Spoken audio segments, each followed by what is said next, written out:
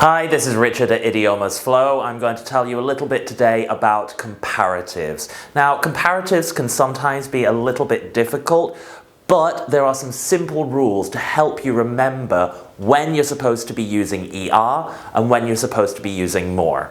So first, if the word has one syllable, really easy. You just add ER. For example, bright becomes brighter. If the word has one syllable, but it ends with a vowel and then a consonant, for example, big or fat, you double the consonant and then add ER.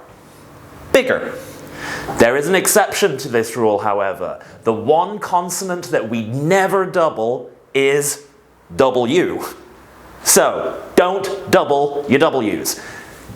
Looking over at words with two syllables. Two-syllable words, generally, we use the word more in front of them. However, there is an exception to this. If it's two syllables ending in Y, we remove the Y and add IER. For example, happy becomes happier. Everything else, we just use the word more in front of the word. For example, more beautiful, more intelligent, more British.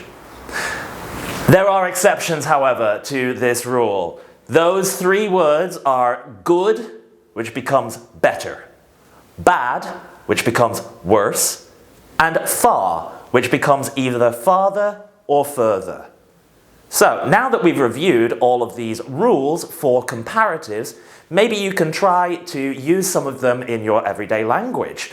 You can tell somebody if they are shorter than you, or maybe if they are funnier than you. Thanks so much. Have a great day.